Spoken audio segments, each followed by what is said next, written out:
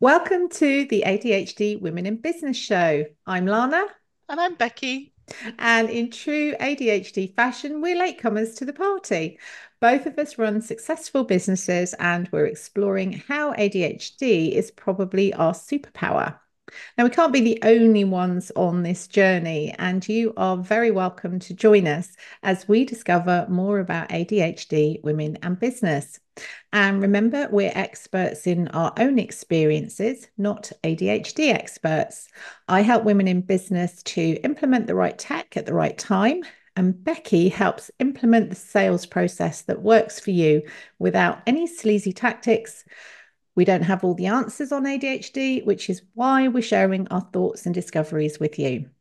We are delighted to have a guest with us this week. So, Becky, would you like to do the honours and introduce her? I would love to. Thank you. Welcome to Charlotte Dover. Now, Charlotte's business is called Maybe ADHD. She is a coach and mentor for late realized maybe ADHD women, where she helps them by combining practical tools with personal understanding and acceptance. And she also runs a community for those same women, and she runs the Dopamine Delivery, the number one subscription box for maybe ADHD women. Mm. So if you're here, you are probably already thinking that you are or maybe ADHD. And today we're going to be talking with Charlotte about some of the clues that might lead to that ADHD realization. So, Charlotte, I think the obvious first question to you is what was the biggest clue that you came across in your own personal realization? Mhm. So my story might actually be a bit different from most people's because I didn't really pick up any clues. Yeah. I had a mic drop moment where I just suddenly knew Yeah. that what was going on for me was undiagnosed ADHD. And actually, it's because I'd been in a business mentoring group. Yeah. I'd been struggling to get my coaching business to work for all the years that I'd been trained as a coach. I knew that coaching I was great at, growing a business, no. And one of my peers in there was talking about the clients that she helps. She's a hypnotherapist and Yeah. she supported ADHD and autistic women. And when she was describing the challenges that she was helping her clients with, I just suddenly went, that's me. Yeah. And I can't really describe it. There wasn't any thinking. I just knew it. It just Mm. settled. And so I actually went looking for the clues after Yeah. Okay. because I'd always known that I felt different. I felt like an outsider, that Yes. I was rubbish at all of these things. And it was that kind of hang on, this is the missing piece. And so then I went on a exploration and Yeah. kind of fast tracked myself through assessment. And so I didn't really have that kind of gradual, oh, I wonder if process Yeah. that a lot of people have. It was sort of a bulldozer, knock Yeah. me over, and then kind of pick myself up and started to understand Yeah. after that. I think sometimes we just hear something, don't we, that goes, "Oh my God, that's Mm. me." I know for myself, I read an article about a late diagnosed woman, and I just read the article and cried. I Mm. thought, "That's me. That's me." Mm. So again, it wasn't. I'd always thought that maybe I was on a spectrum because I used to get quite focused on things, and I thought maybe I'm autistic on the autistic spectrum. Maybe I am. I don't know, but I think it's the more I've learned about myself, I feel more on the ADHD side. Mm. Lana, yours has been a slower burn, I think, has it? Yeah, it has been slower. It's really been more through one or two comments from other people that are one of whom is an ADHD coach, and um I'm so trying to keep away from squirrels. But it was it was a particular situation where I went, oh, squirrel. And bearing in mind she has known me for several years now, and she just looked at me and she went, oh, you're so ADHD. And I'm like, am I really? Well, so I think since then it's been more of a discovery to see what's resonating with me Yeah. in respect of the stuff around ADHD. So yeah, so this and part of the reason that Becky and I were so excited in collaborating with doing this podcast was the journey and being able to talk with experts around it so that we can get more insights, and recognizing that there might be a number of women who are running businesses out there that may be ADHD, and they may be slowly coming to that conclusion, and just want some signposting as to, okay, well, what does that mean for them, for their business, and how do they move forward? Yeah, and the incidence of ADHD in entrepreneurship is huge Yes. Yes. because so many of us will have tried to do traditional jobs or work in offices and work in teams and have to be present between X o'clock and Y o'clock. Yes. And actually, whilst we might have found we could do that for a while, actually that can become untenable for a lot of people.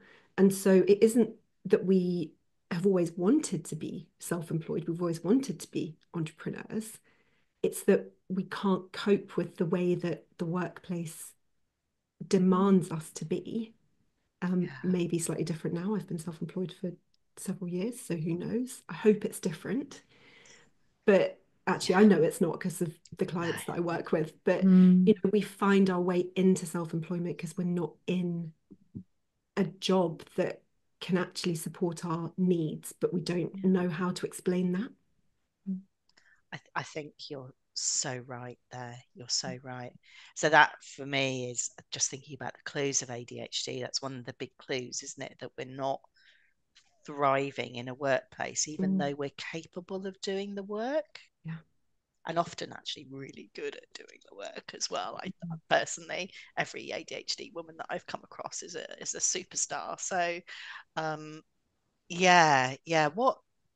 What other things are your clients coming to you with, or that you've started conversations with people that might be the other clues that are coming across that they may not even realize actually sometimes are ADHD quirks as well? Because of course we're all different as well, aren't we? You can say, oh, that's very ADHD, but you can't say that every person with ADHD is like that either. So no, and actually before I maybe answer your question, I'm going to say something which you haven't asked for, but I think is give it relevant. to And us, actually, definitely. Yes. Lana, where you said someone, and you actually said it was an ADHD coach you know really well, had said, oh, you're so ADHD.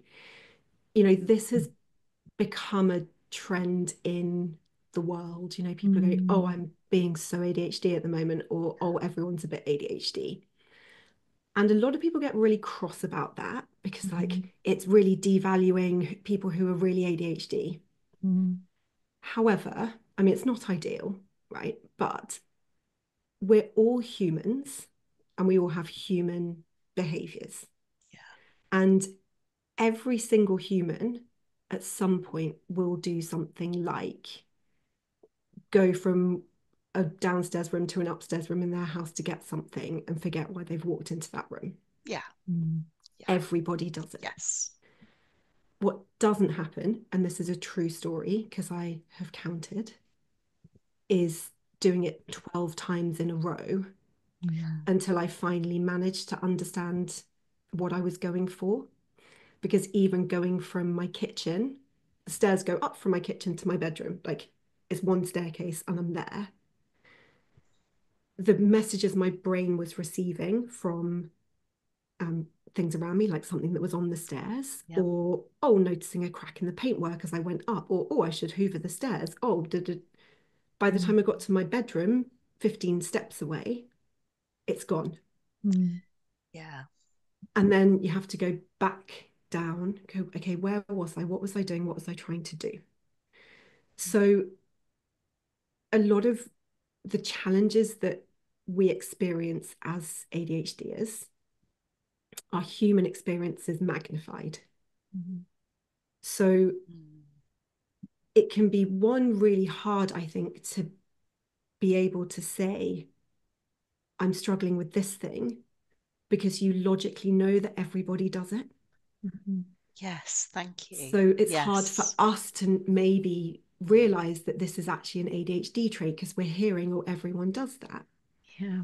But at the same time, it can be quite hard for people who don't have ADHD to understand what's different, because they also walk into rooms and forget what they're doing, or forget to post something that they'd meant to do, Yes. or, you know, forget something on the shopping list. But they're not doing it all day, every day. Mm-hmm. So I Yeah. hope that sort of made sense in a sort of a relatable way. But Yeah. there aren't that many clues that are different from normal behavior. Yeah. The clue is, how much is it affecting you? Yeah. And that's something that after my diagnosis, I actually kind of made a vow to myself that when someone said to me, I'm struggling with this, Yeah. my response would be, how much? How is this affecting you? Yeah. Not, oh, don't worry, that's normal. Yeah. Yes. Because Mm. it's almost like people can put you down with that statement, isn't it? It's like, oh, it's normal, ignore it. And you're thinking, but it doesn't feel normal. It doesn't feel right. It doesn't feel like, you know, I'm able to deal with it in the same way as other people do or whatever. Yeah. I Yeah, or love if that, this is Charlotte. Thank you. normal, Yes. why isn't anyone else talking about it? Yeah. Yeah. Yeah. Yeah. Yeah. Why are we Yeah. not normalizing it in conversation? Yes. Because actually the behavior is the normal thing. Yeah. The incidents and the repetition and the impact it has on our life is the not Yes. normal thing. Yeah. If someone's just listening, whenever I say normal, by the way, I am doing Air quotes. Yeah. parentheses around it. Yeah. Yeah. If you're watching the video, obviously you'll see that, but if Yeah. you're listening, you won't. Yeah. Because So, what's normal anyway is the well, reality, isn't quite, it? yeah. But yes, yeah. Thank And you. that's the thing, each of us has, you know, we talk about neurodivergent, neurotypical.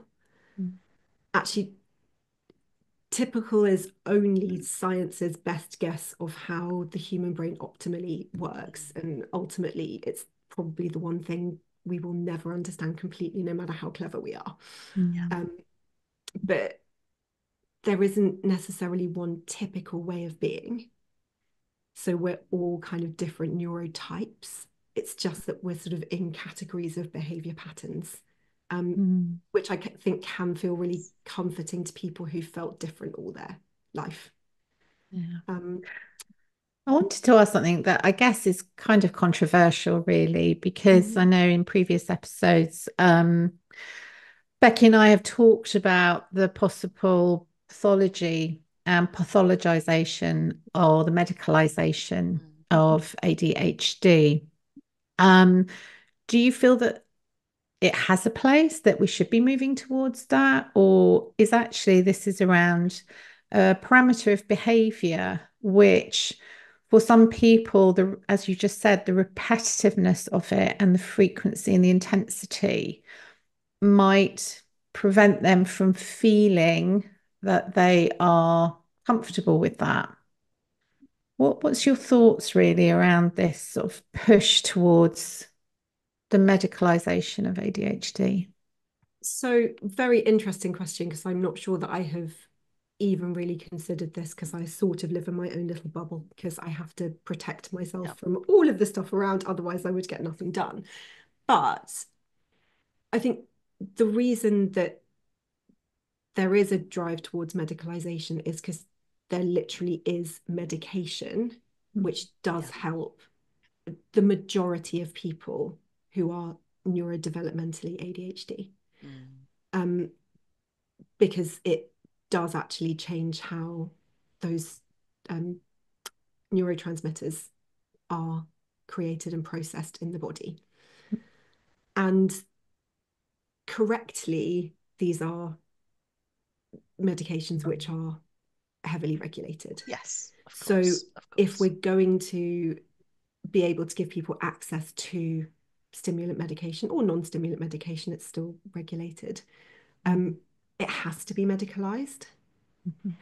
Now, if I understand what you're asking correctly, it's more, do we need to really have labels for these things? And therefore, do we need formal diagnoses? And I guess that's where my maybe part comes in. Yeah. I'll say this the backwards way from how I usually do, because I think it works better for the answer. But if we think about people who want to be able to take medication, we have to have a formal diagnosis. Yeah. But the only thing that a formal diagnosis does give you is like the key to that gate of being able to access something which might help. Yeah. Yes. And this is why the work that I do is for maybe ADHD women, because actually I don't care if you are actually ADHD, as in the way your brain develops means you're biologically ADHD, or if the way the modern world makes us feel, because it's ruined our attention. You know, we're in an attention crisis as humans. Yes. And then I work with primarily women in their late 30s plus. So we're all perimenopausal, which has a massive impact on our brains anyway. So I'm looking at what behaviors do people have here, you know, working memory challenges, prioritization challenges, brain fog, overwhelm. A lot of those are ADHD traits, but they might also be female traits when our hormones start to change. So I don't care what's causing it for you. That's why the maybe thing is important. Yes. So for people who are sort of thinking about, oh, well, do I even care about a diagnosis? Probably a bigger topic than we can go into today. But, you know, yes, follow the assessment route for yourself, because you never know what might happen in the future when it comes to the care available for diagnosed people. But you don't need it to validate the fact that you have these challenges and struggles, and there is help for you, whatever we're calling it. So that was a little bit of a soliloquy, but very helpful, because I think it kind of really does extract out the kind of elements really. And I think there are a lot of people, a lot of women who will be contemplating, you know, whether to get formally diagnosed, whether to not. Does medication help? Does it not? You know, will I be labeled if I do, or will I not? You know, and I think those are real thoughts and issues that can have a huge impact on one's own self-confidence, value, self-worth. So it's helpful to extract those. So thank you for that. Yeah. And so actually Becky's original question was, what are some of these signs? And you've just beautifully allowed me to come back into that by saying, you know, actually the women that I work with typically have quite low self-worth. And it's a slightly odd kind of low self-worth often, because logically we can see that we're really good at things. But we feel like we're terrible at things at the same time. So we can objectively step out and go, actually, I've built this incredible business, yet I still feel like I'm failing at everything and I don't know what I'm doing here, because it all feels so chaotic. And that constant feeling of not quite being able to grasp the information that you know is in the like depths of your brain somewhere, or I sometimes call them like thought bubbles. You know, you have this idea, you have this thought, but when you reach out for it, it pops, and it doesn't make it any less beautiful. but it's just gone. And it's so frustrating. So there's this like odd duality of I've done these great things, but I'm rubbish because I can't capture my thoughts or I can't remember things. And it's sort of changing that self-concept a bit into being, look at what I've created, even though I have these challenges. And so the self-worth is a huge thing. It's also self-trust. Typically ADHDers have got really low self-trust. How do you know if that's true for you? Well, are you constantly asking for external validation on all of the decisions you're making? Do you actually not even know what you enjoy doing sometimes? Do you find that if someone asks you what do you prefer doing, you can't access that? Well, actually, it makes total sense, because if you're neurodivergent from a very early age, you'll have had parents, teachers, people around you being like, why are you doing things that way? What are you doing? Why aren't you doing that? You should be doing this. Oh, don't be stupid. Oh, stop messing around. Oh, why is your head always in the clouds? And we call these corrections because they're corrections of behavior. But by the time a neurodivergent person gets to the age of 12, they've had 20,000 more incidences of being corrected by people who they're learning from than a neurotypical child. So if we learn from a really early age that our choices, how we do things, our preferences are wrong, how are we meant to trust ourselves? So it's kind of building that awareness of, am I outsourcing all of my decision making? That's quite a subtle clue that it could be this going on, could be other things as well. But things that are sort of more obvious, I guess, like a lot of people have very complicated relationships with food and alcohol, often because of dopamine seeking.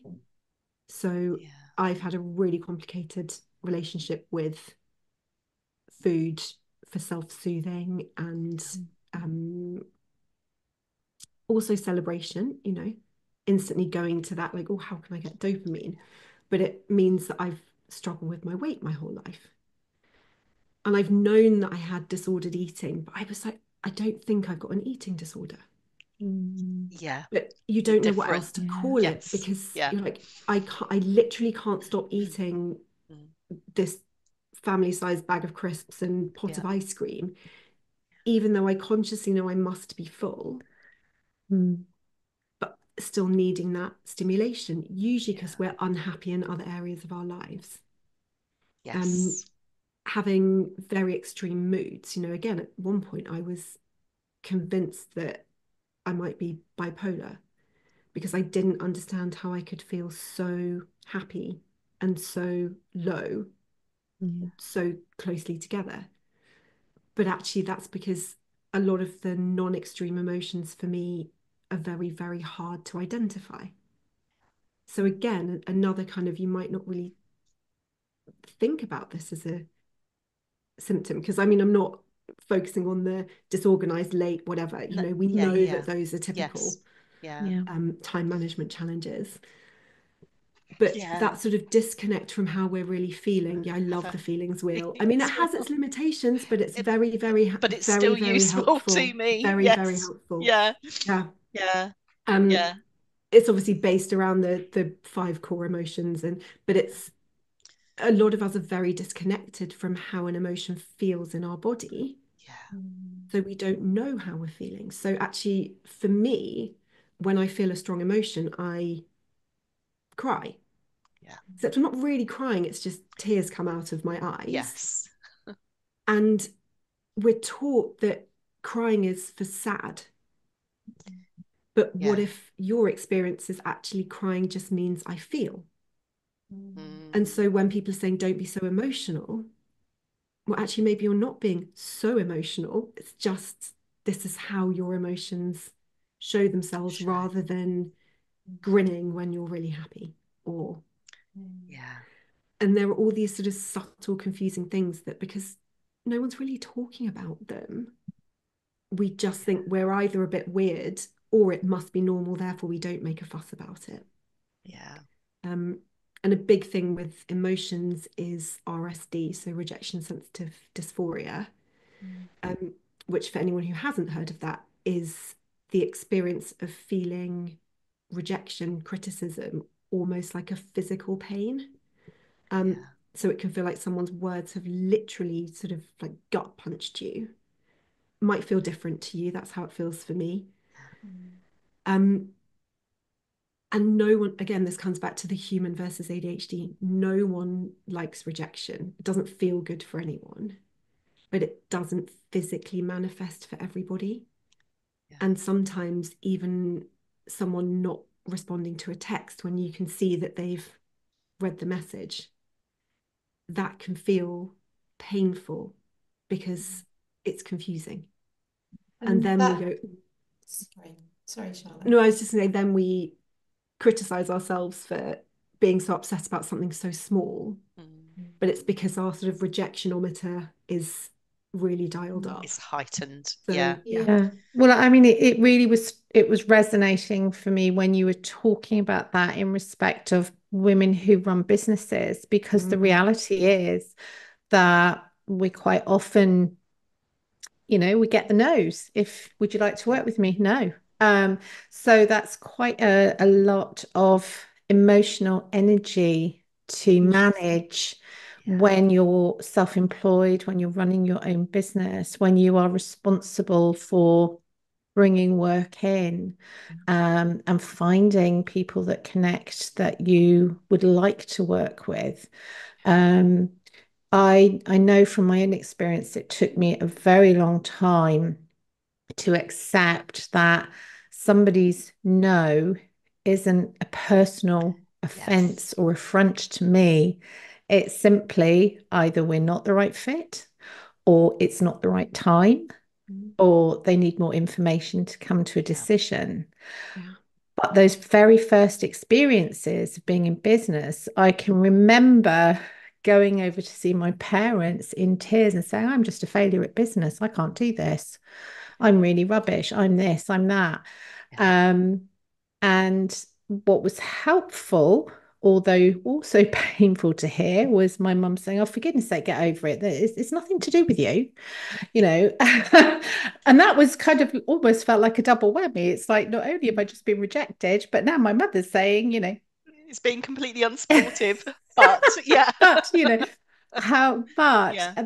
there was kind of then having to kind of go away and work through and come to some kind of equilibrium of balance of, okay, what can I take and learn from this experience so that the next time I put myself out there, and do, offer what I do, if it happens again, how do I best manage that? So, what would be your tips for women in business who may be ADHD that will experience it? It is part of the entrepreneur's journey. Yeah. Well, that's also another really good clue for women in business who might be undiagnosed ADHD. Actually, if you know that you've got a great product or service and you completely believe in it, however, you find yourself not able to, and obviously, again, logically, they are able to write a social media post and post it right, but the like physically sick feeling of posting anything, for example, could be a sign that RSD is at work, and that you're therefore trying to avoid doing that. My main tip around it really is that we have to accept that that horrible feeling might just be part of our process. And a lot of people come to me and like, how can I stop feeling RSD? How can I stop experiencing it? And my answer is, and I'm sure some people have not worked with me because I tell them this honestly, you can't make it go away. You cannot magic this away from existence, Yes. but you can learn to support yourself better through it, Yeah. to speed up the working through it, and make it part of the, okay, acknowledging this is the RSD part. However, I know that on the other side of this are very positive things. Yeah. And it's not easy. Like it, we have to practice these things and experience these things to get better at dealing with them. And that's the really hard thing, because unless you're going to put yourself in a position where you will experience RSD, you can't help yourself learn how to support yourself better. So it's almost that gentle exposure therapy. So I would say pick some low risk scenarios, get used to doing the thing that you're avoiding in as safe a place as you can when rejection is a possible outcome, and notice what happens afterwards. And if you can start to build that kind of bank of proof, whether it's mentally or you actually decide to write it down, writing these things down can be really helpful to look back at when you're finding yourself blocked again. Finding the proof that the world isn't ending, that you haven't lost all your friends, that all of your clients haven't turned around and gone, oh, well, just because this one person said no to you, none of them want to work with you ever again either. Because we tend to go to those catastrophe extremes. Yes. Recognizing that it's part of that, like down and then back up again because positive things still come, is a way of helping us move through it rather than getting stuck trying not to feel it. Because when we keep ourselves here trying to avoid the pain that we're about to come up to, actually we end up internalizing the rejection, and that can be almost as painful as having it from somewhere else. And it's much sneakier because we don't necessarily realize it's happening. Yeah, that's a really good point, actually. I know it wasn't about a no, actually. We'll talk more about that another time, Lana. But it was in another situation where I felt rejected by somebody and was sat on the loos crying, as you do, having gone into a networking event. But knowing that I just learned about RSD at that point, so I was actually able to almost talk myself through it. It's like, it's okay, Becky, it's your RSD. It's okay. These are big feelings, but they're not, and actually being able to talk myself through it meant I was able to come out instead of it ruining a 24, 48 hour period, which it could have done in the past. It sort of impacted me for half an hour, maybe an hour and a half, a little bit afterwards, but I was much more able to move through it quicker by acknowledging the fact that it was RSD, not me. Almost, it was like this whole thing going on in my head. So and that's where labels can be really helpful. If we can label that experience RSD, yes, we can start to see it's not a character flaw. It's not us being over emotional, oversensitive. It's how our brain is wired, and it is the thing called RSD that we are dealing with. And I think that understanding and naming things can be really helpful as well. Thank you for that, Charlotte. Well, it's just what you explained you did. It's Yeah, just no, putting it into but actionable. You've explained it in a way that I hadn't thought about it before. Really, really useful conversation, Charlotte. Thank you. I feel like we could continue forever. So So coming to a close. So if you are or have been watching or listening, what are your thoughts? Have you got any questions? I certainly have been left with some huge revelations as well as plenty more questions, which is always a good thing because it's always learning. So do let us know, either drop a comment below or email in. Let us know your thoughts around the conversation that we've had and whether or not you think you are a maybe ADHD. We'd love it if you could give us a follow and comment if you are able, and look out for our next episodes. But in the meantime, Charlotte, thank you so much. It's Thanks just for having me. been a really, really great conversation. And yes, Becky said, I suspect we might be calling upon you at some point in the future to go a bit more into a deep dive as well. I'm always delighted to talk about this stuff. I think it's important that we talk and share and listen and learn, and normalize all this stuff. So thank you for doing this, which is part of helping people with that. Oh, thank you. And Becky, thank you. And on that note, it is goodbye from me. It's goodbye from her. And we'll see you next time. Take care. Bye. Bye.